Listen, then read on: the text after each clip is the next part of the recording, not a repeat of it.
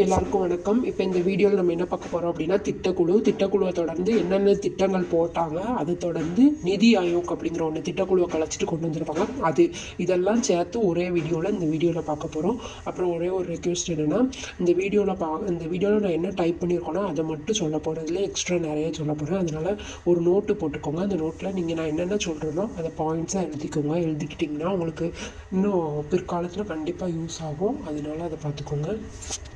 First இந்தியாவில் திட்டமிடுதலை அறிமுகப்படுத்தியது யாருன்னா ஜவஹர்லால் நேரு. அவங்க தான் அறிமுகப்படுத்தியிருப்பாங்க. ஃபஸ்ட்டு திட்டமிடுதலை உலகிற்கே அறிமுகப்படுத்திய நாடு என்னன்னா ரஷ்யா. 1928 அறிமுகப்படுத்தியிருப்பாங்க. இந்தியாவில் வறுமையை போக்க திட்டமிடுதலை தவிர வேறு வழி இல்லை அப்படின்னு சொன்னது ஜவஹர்லால் நேரு தான் சொல்லியிருப்பாங்க. திட்டமிடணும், திட்டமிட்டால் மட்டும்தான் நம்ம வறுமையை போக்க முடியும். திட்டமிட்டு வறுமையை ஒழிக்கணும். நமக்கான ஒரு பிளான் கண்டிப்பாக இப்போ நம்ம எக்ஸாமுக்கே படிக்கிறோம் அப்படின்னாலுமே நமக்கு ஒரு திட்டமிடுதல் இருக்கணும். என்ன படிக்க போகிறோம், இன்றைக்கி என்ன படிக்க போகிறோம், இன்னும் ஒரு வாரத்தில் என்ன படிக்க போகிறோம், 1 மந்தில் எவ்வளோ முடிக்க போகிறோம் அப்படிங்கிற ஒரு திட்டமிடுதல் இருந்தால் தான் எக்ஸாம்குள்ளே நம்மளால் முடிக்க முடியும். அதே மாதிரி ஒரு வறுமை அப்படிங்கிற ஒரு மிகப்பெரிய ஒரு சக்தி ஒழிக்கணும்னா இவ்வளோக்குள்ளே இந்த வறுமையை ஒழிக்கணும், அடுத்து இத்தனை வருஷத்துக்குள்ளே இவ்வளோ வறுமையை ஒழிக்கணும் அப்படிங்கிற ஒரு திட்டமிடுதல் வேணும் அப்படின்னு சொன்னது யாருன்னா நேரு அவங்க தான். அதுக்கப்புறமா திட்டமிட்ட பொருளாதார முன்னேற்றத்திற்கு அடித்தளமிட்டவர் அப்படி யாருன்னா சுபாஷ் சந்திர போஸ் அவங்க தான். திட்டமிடுதலை உலகிற்கு இந்தியாவிற்கு அறிமுகப்படுத்தியவர்னா ஜவஹர்லால் நேரு. திட்டமிட்ட பொருளாதார முன்னேற்றத்திற்கு அடித்தளமிட்டவர் அப்படின்னா சுபாஷ் சந்திர போஸ். இவங்க திட்டமிடுதலின் சிறப்பை ஹரிபுரா கூட்டத்தில் வலியுறுத்தியிருப்பாங்க. நேரு அவங்கள தேசிய திட்டக்குழுவின் தலைவராக நியமித்திருப்பாங்க. அது என்ன தேசிய திட்டக்குழு அப்படின்னா அது பின்னாடி நான் சொல்றேன். தேசிய திட்டக்குழுவோட தலைவராக நேருவை நியமித்தவர் யாருன்னா சுபாஷ் சந்திர போஸ் தான். அதுக்கப்புறமா சுதந்திரத்துக்கு முன்னாடி யார் எந்தெந்த மாதிரி திட்டங்கள்லாம் தீட்டியிருக்காங்க அப்படிங்கிறத பார்க்க போகிறோம். முதல்ல யாருன்னா விஸ்வேஸ்வரையா திட்டம் 1934. இதுதான் இந்தியாவோட முதல் பொருளாதார திட்டம். இதை உருவாக்குனவங்க யாருன்னா விஸ்வேஸ்வரையா அவங்க தான்.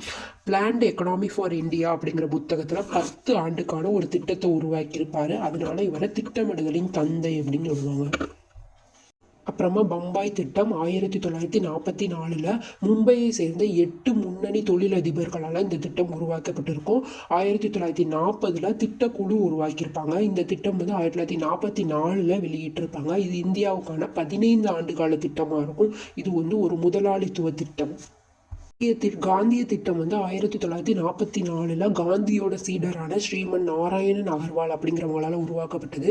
காந்திய பொருளாதார சிந்தனையின் அடிப்படையில் தான் இந்த திட்டம் உருவாக்கப்பட்டது. இது ஒரு கிராம முன்னேற்ற திட்டமாகும். அப்புறமா FICCI திட்டம். இந்த திட்டம் 1934 இந்தியாவோட முன்னணி முதலாளிகள்லாம் சேர்ந்து இதில் உறுப்பினராக இருந்திருப்பாங்க. இந்த திட்டத்தில் என்ன சொல்லியிருப்பாங்கன்னா நமக்கான ஒரு ஆலோசனை அடங்கிய ஒரு திட்டம் உருவாக்கணும் அப்படின்னு சொல்லியிருப்பாங்க. ஆனால் இந்த திட்டம் செயல்படுத்தி இருக்க மாட்டாங்க, நிராகரிக்கப்பட்ட திட்டம் இது. அப்புறமா காங்கிரஸ் திட்டம் 1938 கொண்டு வந்திருப்பாங்க. இது 1938 தான் இந்த காங்கிரஸ் திட்டம் அப்படிங்கிறது தான் நான் அப்போ சொன்னோம்ல தேசிய திட்டக்குழுவோட தலைவராக நேருவை சுபாஷ் சந்திர போஸ் நியமிச்சிருப்பாங்க அப்படின்னு சொன்னோம்னா, அப்போ இந்த தேசிய திட்டக்குழுவை உருவாக்குறதுக்கு அடிப்படையாக இருந்தது இந்த காங்கிரஸ் திட்டம் தான். 1938 தேசிய திட்டக்குழு அப்படிங்கிற ஒன்று உருவாக்கி அதோட தலைவராக நேருவை சுபாஷ் சந்திர போஸ் அவங்க நியமிச்சிருப்பாங்க. 1949 இந்த திட்டங்கள்லாம் தயாரிச்சிருப்பாங்க. அதுக்கான அறிக்கை 49 வெளியிட்டிருப்பாங்க. காங்கிரஸை சேர்ந்த சுபாஷ் சந்திர போஸ் அவங்க நேருவை இந்த தேசிய திட்டக்குழுவுக்கு தலைவராக நியமிச்சிருப்பாங்க. அவ்வளோதான், முடிஞ்சிச்சு. அப்புறம் மக்கள் திட்டம் 1945 MN ராய் அவங்களால உருவாக்கப்பட்டது. இது சோசியலிச கொள்கை அது அடிப்படையில் உருவாக்கப்பட்ட திட்டம். இதில் என்னென்ன இருக்குன்னா வேளாண்மை, தொழில் சமன் முக்கியத்துவம், பொதுத்துறை நிறுவனங்களின் வளர்ச்சி, இதெல்லாம் தான் இதோட நோக்கங்களாக இருக்கும். அப்புறமா சர்வோதயா திட்டம் 1951 ஜெயபிரகாஷ் நாராயணன் அவங்களால உருவாக்கப்பட்டது. காந்தியடிகள் மற்றும் வினோபாபாவே ஆகியோரோட சிந்தனையின் அடிப்படையில் உருவாக்கப்பட்டது அந்த சர்வோதயா திட்டம் 1951 உருவாக்கப்பட்டது. இதுக்கு என்னெல்லாம் நோக்கம் இருக்கும் அப்படின்னா வேளாண்மை, சிறு குறு தொழிலோட வளர்ச்சி, கிராமத்தை மேம்படுத்தணும், இதெல்லாம் தான் இந்த திட்டத்தோட நோக்கமாக இருக்கும். அப்புறம் இந்த திட்டமிடுதலை பற்றி ஒரு 2 பேர் 2 வாக்கியங்கள் சொல்லியிருப்பாங்க. அது என்னன்னு பார்ப்போம். ஃபர்ஸ்ட்டு ராபின்ஸ் அவங்க என்ன சொல்லியிருப்பாங்கன்னா, பொருளாதார திட்டமிடல் என்பது தனியார் உற்பத்தி மற்றும் விநியோக நடவடிக்கைகளை கூட்டாக கட்டுப்படுத்துவது அல்லது ஒடுக்குவதை குறிக்கும். பொருளாதார திட்டமிடலாம் அப்படின்னா தனியார் உற்பத்தி அதோட விநியோக நடவடிக்கைகளை நம்ம கூட்டாக சேர்ந்து கட்டுப்படுத்தணும் இல்லைன்னா ஒடுக்கணும். இதுதான் பொருளாதார திட்டமிடல் அப்படின்னு சொல்லிட்டு ராபின்ஸ் அவங்க சொல்லியிருப்பாங்க.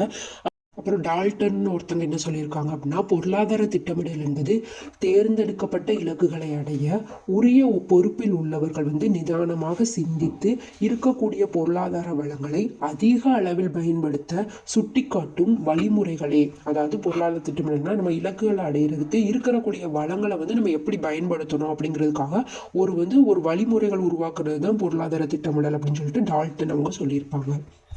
இவ்வளோ நேரம் சுதந்திரத்துக்கு முன்னாடி என்னென்ன திட்டங்கள் யார் யார் போட்டாங்கன்னு பார்த்தோம். இப்போ சுதந்திரத்திற்கு அப்புறமா என்ன திட்டம் என்ன மாதிரி நடந்துச்சு அப்படின்னா, இந்தியா விடுதலை அடைஞ்சிருச்சா, விடுதலை அடைஞ்சதுக்கப்புறம் ஒரு திட்டம் போட்டு அது மூலமாக பொருளாதார வளர்ச்சி அடையணும் அப்படின்னு சொல்லிட்டு 1947 நவம்பர் மாதம் 17 காங்கிரஸ் குழுவில் ஒரு தீர்மானம் கொண்டுட்டு வராங்க. அந்த தீர்மானத்துக்கு அடிப்படையில் ஒரு திட்டக்குழு அமைக்கணும் அப்படின்னு சொல்லிட்டு 1948 ஒரு பொருளாதார நிகழ்ச்சி குழு ஒன்று நடத்தியிருக்காங்க. அதில் ஒரு திட்டக்குழு தேவை அப்படின்னு மாதிரி சொல்லியிருக்காங்க. அதை அடிப்படையாக வச்சு 1950 மார்ச் மாதம் 15ஆம் நாள் திட்டக்குழு ஒன்று உருவாக்குறாங்க. யாருன்னா ஜவஹர்லால் நேரு அவங்க தலைமை. இது எது அடிப்படையில் உருவாக்கியிருப்பாங்க அப்படின்னா, சரத்து 39, அதாவது அரசு வழிகாட்டு நெறிமுறைகள் அப்படின்னு சொல்லுவாங்க, அது அடிப்படையில் தான் உருவாக்கியிருப்பாங்க. அது அடிப்படையில்னா அது என்ன சொல்லுது அப்படின்னா, ஆர்டிகல் 39 என்ன சொல்லுது அப்படின்னா, சமுதாய வளங்களை சிறந்த முறையில் பகிர்ந்து அளிக்கணும், செல்வம் ஒரு இடத்துல குவிவதை தடுக்கணும் அப்படிங்கிறது தான் இந்த ஆர்டிகல் 39 சொல்லுது.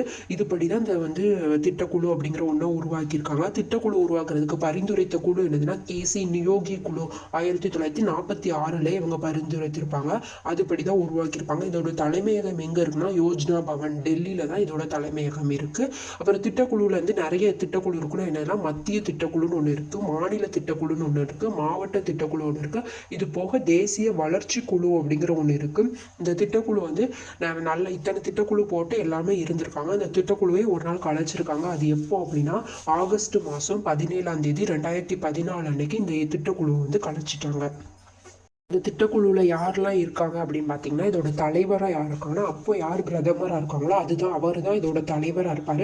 ஆனால் இவர் ஒரு பெயரளவில் தான் இவர் தலைவராக இருப்பார். தலைவர் அப்படின்னா பிரதமர், அவ்வளோதான். மற்றபடி அந்த திட்டக்குழுவில் இருக்க வேலைகள் எல்லாம் பார்க்குறது யாருன்னா துணைத் தலைவர்னு ஒருத்தர் இருப்பார்ல, அவர் தான் இந்த திட்டக்குழுவோட வேலைகள் எல்லாம் பார்ப்பார். இவர் தான் என்னதுன்னா, இவர் துணைத் தலைவரை நியமிக்கிறவர் யாருன்னா பிரதமரால் தான் இவர் நியமிக்கப்படுவார்.